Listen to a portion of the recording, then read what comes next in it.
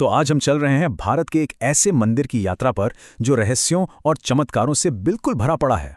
ये है पुरी का भव्य जगन्नाथ मंदिर। आइए इसके कुछ सबसे अनसुलझे रहस्यों की दुनिया में गोता लगाते हैं।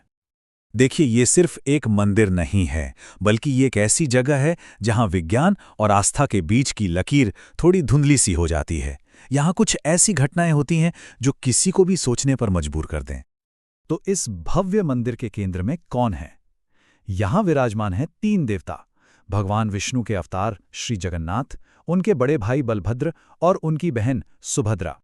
तो चलिए सबसे पहले मंदिर से जुड़े उन रहस्यों पर एक नजर डालते हैं जो कुदरत के जो प्रकृति के सामान्य नियमों को ही चुनौती देते हुए से लगते हैं। सबसे पहला और शायद सबसे प्रसिद्ध रहस्य है मंदिर के शिखर पर लगा हुआ वो ध्वज। ये कोई मामूली ध्वज नहीं है साहब, ये तो हवा के सारे नियमों को चुनौती देता हुआ नजर आता है। ये बात सचमुच में हैरान कर देने वाली है। मंदिर का ध्वज हमेशा, जी हां, हमेशा हवा के बहने की दिशा से उल्टी दिशा में लहराता है।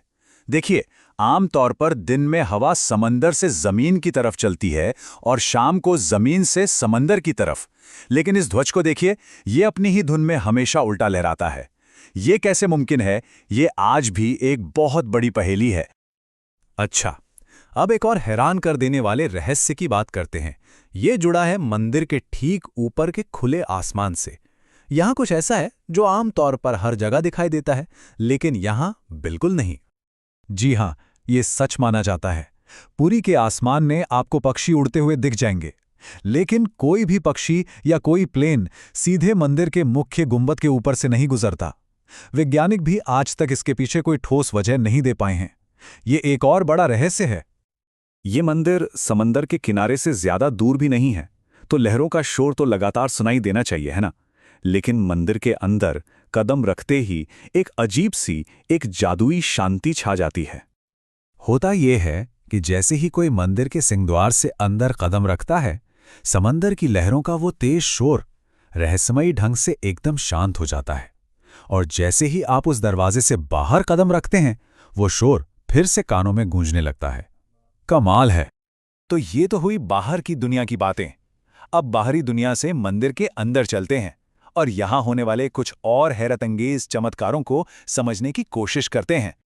एक और अविश्वसनीय बात जो इस मंदिर के बारे में कही जाती है, वो है इसके मुख्य गुंबद की परछाई। कहते हैं कि दिन का कोई भी समय हो, सूरज किसी भी दिशा में हो, इस गुंबद की परछाई जमीन पर दिखती ही नहीं है। क्या ये कोई असाधारण आर्किटेक्चर का कमाल है या फिर कोई दिव्य शक्ति? कौन जाने। अब बात करते हैं मंदिर की रसोई और महाप्रसाद की, जिसे दुनिया की सबसे बड़ी रसोई में से एक माना जाता है, और ये अपने आप में एक जीता जागता चमत्कार है।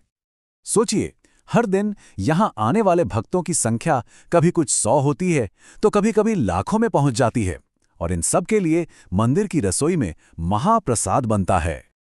लेकिन इस प्रसाद की सबसे चमत्कारी बात यह है कि ये कभी भी कम नहीं पड़ता और ना ही कभी बर्बाद होता है।